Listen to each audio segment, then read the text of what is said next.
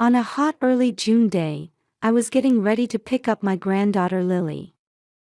As I grabbed my car keys by the front door, I glanced up at the Nevada sky, brilliant and bright. The thermometer already read 86 degrees Fahrenheit, but thanks to Reno's characteristic dry air, it wasn't too uncomfortable. The geraniums in my front porch planters were blooming bright red. I'm Patricia Carter, and I've spent 30 years teaching in this city. First as an elementary school teacher, then as an assistant principal, I've watched countless children grow up.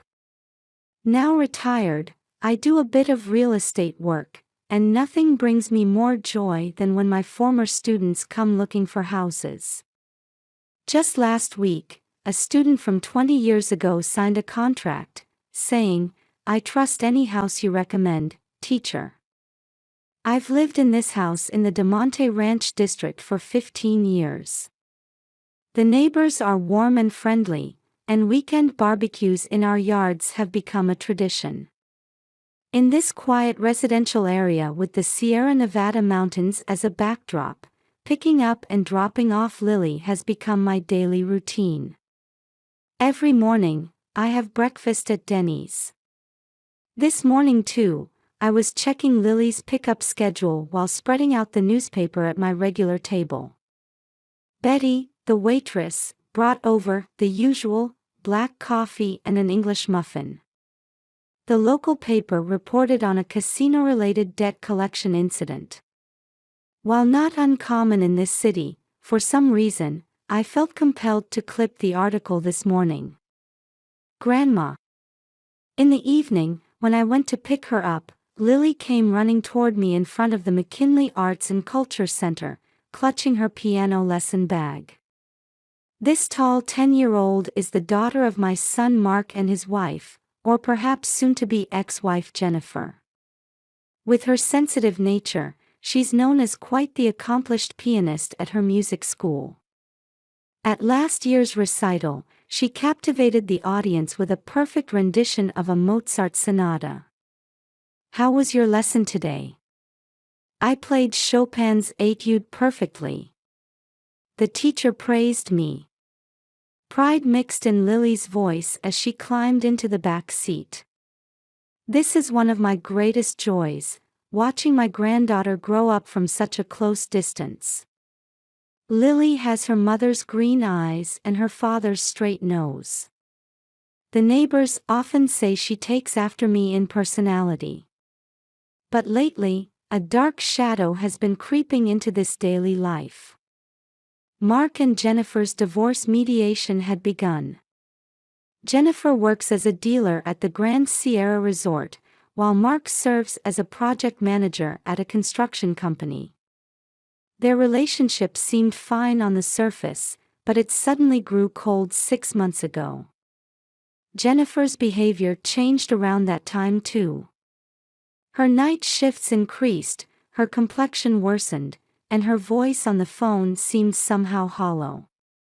Discussions about child support and custody have become contentious. Mark is demanding full custody, while Jennifer strongly resists. Meanwhile, I've taken on the responsibility of driving Lily around. Last month, I bought a used Honda CR-V specifically for these pickup duties. The dealer assured me, it's 3 years old, but in excellent condition. "Hey, Grandma," Lily leaned forward from the back seat. "Mom came to the house yesterday." I studied my granddaughter's expression in the rearview mirror. Early evening, when Mark would be away from work. Jennifer rarely visits outside of court-appointed visitation days. That's unusual. Did she say anything? No, but she was acting strange. Her eyes were really red, and she hugged me really tight and said, "Watch out for car noises." When I heard those words, a chill ran down my spine. But I couldn't understand the source of this unease. At that time, I couldn't imagine this would be the last of our peaceful daily routine. The morning news article about casino-related debt collection crossed my mind. But since such incidents weren't uncommon in this city, I didn't give it much thought. The slight unease I felt when starting the engine, I attributed to not being used to the new car. The brakes seemed a bit less responsive than usual, but I convinced myself it was just my imagination. In Reno, on the verge of summer vacation, our fate was about to take a dramatic turn as we approached Mount Rose Highway. In the distance, the garish neon signs of the casinos glowed mechanically, as if foreseeing the tragedy to come. The anomaly occurred during Tuesday's twilight hours. I was preparing dinner. Through the kitchen window, I could see the sun setting behind the Sierra Nevada mountains. While making chicken pot pie and thinking about tomorrow's schedule, my cell phone rang with a call from Mark. "Mom, have you heard from Lily?" My son's voice was higher than usual, urgent. "No." "What's wrong?" Jennifer apparently came to the house. According to the court agreement, today isn't her visitation day. I immediately turned off the oven. They were in the middle of a custody dispute. Actions contrary to the agreement could affect the trial. "I'll go check on them right away." A 5-minute drive through the quiet residential streets of the DeMonte Ranch district. When I arrived at Mark's house, the sun was already setting. An unfamiliar car was parked in front of the 2-story White House. Jennifer's new car, perhaps. But looking closer, I noticed it had no license plates. As I approached the front door, I heard voices from inside. "Promise me, Lily. Don't tell anyone. Especially not your grandmother." "But Grandma would." "No." Suddenly, the conversation stopped. Lily had opened the door. Behind her stood a woman who looked nothing like the Jennifer I knew. The casino dealer who usually maintained perfect makeup and sophisticated attire now had disheveled hair and bloodshot eyes. Instead of her designer suit, she wore a wrinkled t-shirt and jeans. She seemed to be struggling to control her trembling hands. "Patricia." She called my name, started to say something more, then suddenly fell silent. "Jennifer, are you feeling unwell?" "Yes, a bit." She evaded, then hugged Lily tightly. The embrace felt like a final farewell. "I love you, Lily. Don't forget that." Then, turning to me, she whispered, "Please protect her," before hurriedly leaving the house. In Lily's hand remained a small piece of paper. It contained what looked like an encoded message written hastily on the back of an old receipt. That night, I stayed in Lily's room with her. She seemed more anxious than usual and had trouble falling asleep. The next morning, in the kitchen bathed in morning light, I was reading the newspaper. There was a small article on page 3. Casino-related debt collection cases surge, underground loan shark organization suspected. According to the article, high-value debt collections targeting casino employees had increased in recent months. Many victims had initially borrowed from legal consumer finance companies before turning to loan sharks for some reason. When I noticed my coffee had gone cold, the clock already showed 7 a.m. I had to drive Lily today. It hadn't even been 2 weeks since I started driving her around. On my way to the garage, our neighbor Robert Wilson called out to me. Before retirement, he had worked as an auto mechanic. "Patricia, how's the new car running?" "Well, it's been acting a bit strange since yesterday." "How so?" "The brakes seem a bit soft." Just then, my cell phone rang. It was an email from an unknown number. Opening it, I saw Jennifer as the sender. The brakes on the car Lily rides in. The message cut off there. I tried to reply, but it wouldn't go through. My heart started racing. Entering the garage, I noticed an unfamiliar oil smell. When I started the engine, it made a louder noise than usual. But there was no time. I had to pick up Lily. My face in the rearview mirror suddenly looked older than usual. As I drove toward Mount Rose Highway, my mind swirled with ominous premonitions about Jennifer's strange behavior and the meaning of her cut-off message. The cluster of casino buildings overlooking Reno felt particularly mechanical and eerie this morning. At 3 p.m., when I parked at the McKinley Arts and Culture Center parking lot, my watch made a clicking sound. That sound would later feel like the prelude to the nightmare that was about to begin. Unusually, Lily came out late from her piano practice room. Instead of her usual light-hearted skip with her sheet music bag, she walked slowly, as if lost in thought. "Sorry, Grandma. I got caught up talking with the teacher." "What were you talking about?" "We were choosing a song for the Mother's Day recital." "But..." She cut off mid-sentence. Mother's Day. That was now the most taboo topic between Mark and Jennifer. About 15 minutes after we got onto Mount Rose Highway, the car started acting clearly strange. It started as a slight vibration. Just a little trembling in the steering wheel. But it gradually grew stronger. Even when I reduced speed, the vibration didn't subside. If anything, it seemed to be getting worse. "Grandma." Lily's voice came from the back seat. "Something's wrong with this car."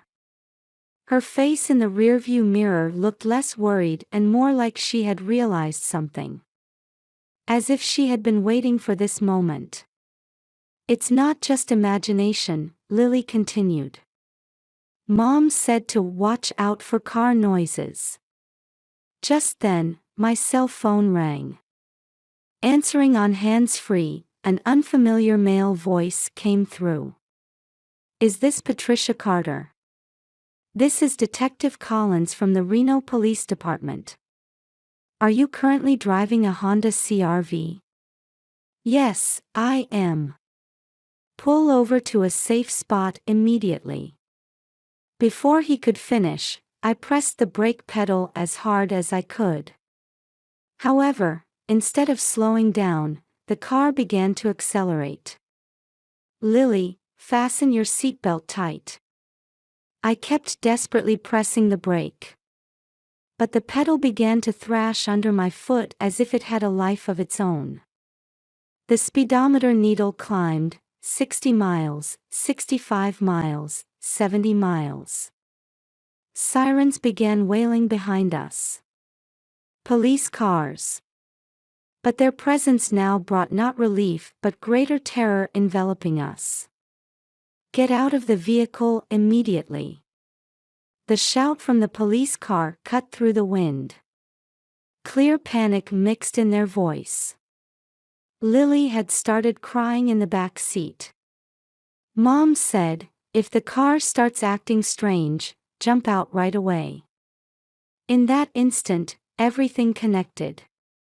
The morning email, Jennifer's strange behavior, the article about casino-related debt collection.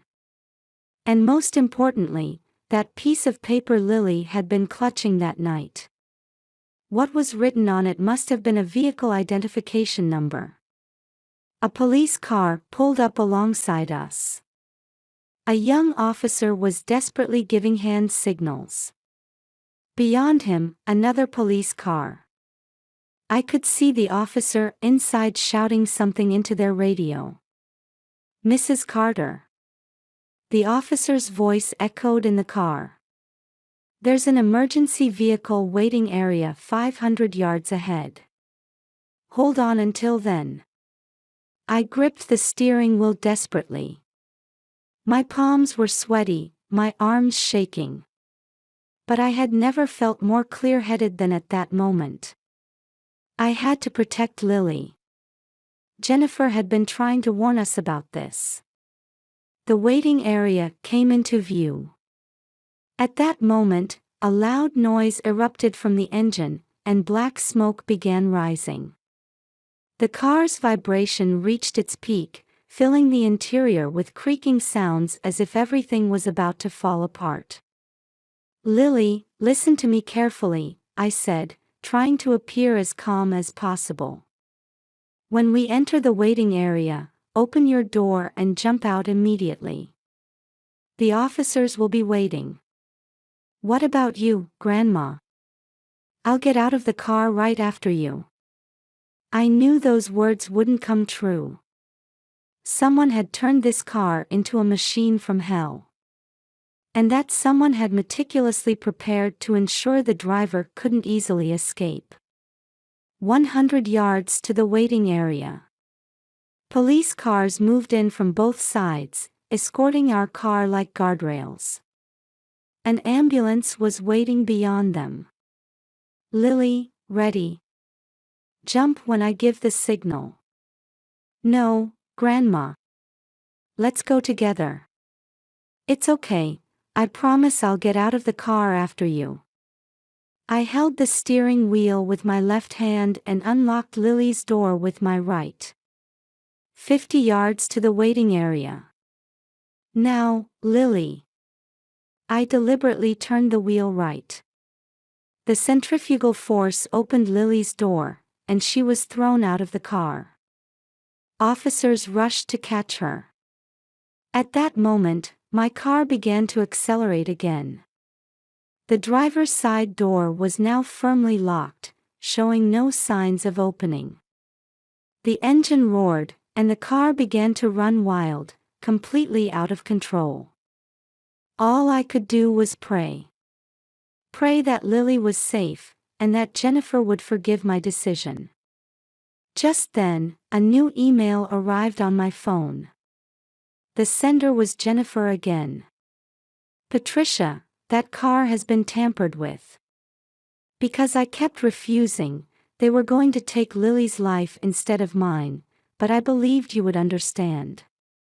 As a mother, I did what I could do last. I've notified the police. I'm sorry. And thank you." The car plunged into darkness. But strangely, my heart was at peace. My granddaughter was safe. And Jennifer's true love had been revealed through this incident. I was certain Lily had a mother she could be proud of. The police sirens grew distant. The ambulance lights were flashing. And the sound of helicopters coming from somewhere. As I thought this might be my final music, the world went black. Room 406 at Renown Regional Medical Center. The Sierra Nevada mountains are visible from the window. I regained consciousness 3 days after the accident. Fortunately, I had no serious injuries. They said the engine had completely shut down just before the car hit the guardrail. "It's a miracle," said Dr. Sarah Brown, my attending physician. "The brake lines were completely severed. It's amazing you maintained control at that speed." The room was overflowing with flowers from my former students. Red carnations, white lilies, and yellow gerberas. Their flower meanings: gratitude, purity, hope.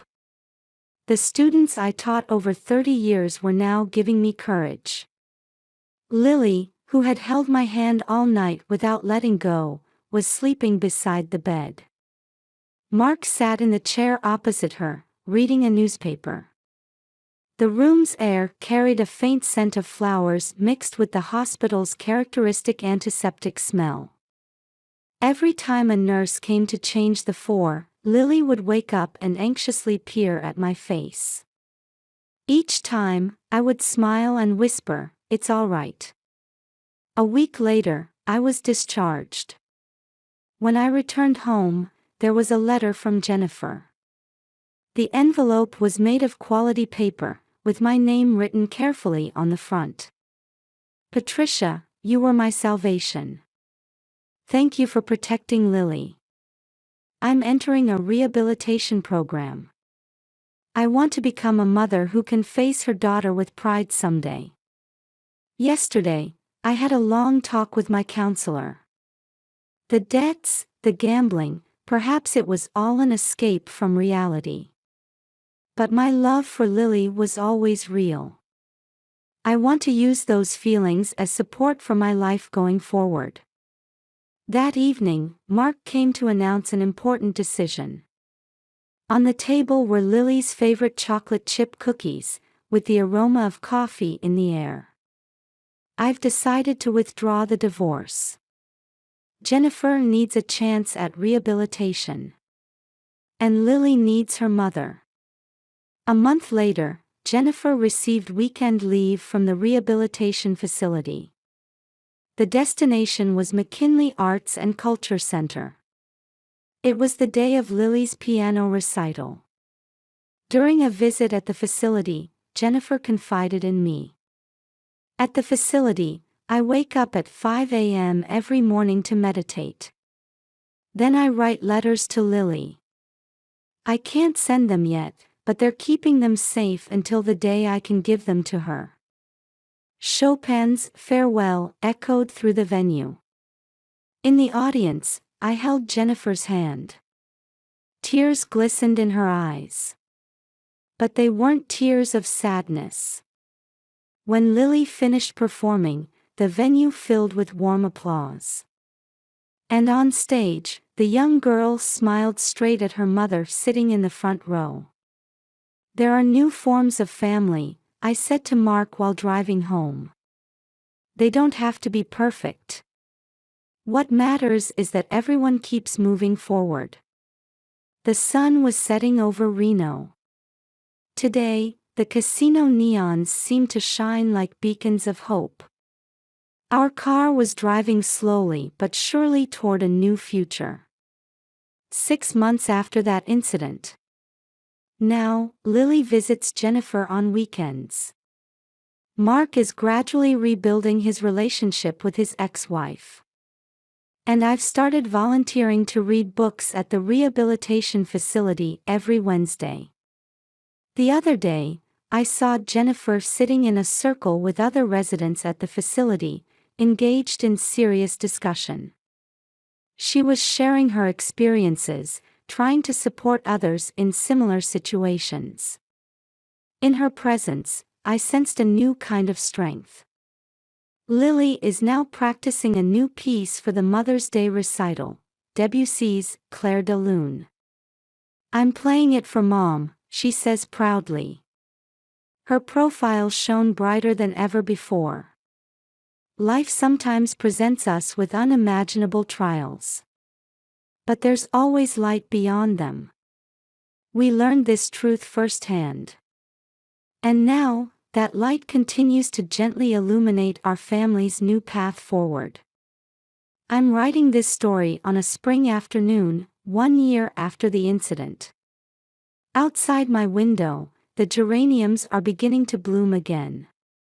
On my desk sits a handmade card from Lily. In her small handwriting, it reads, "Thank you, Grandma. We're going to be all right."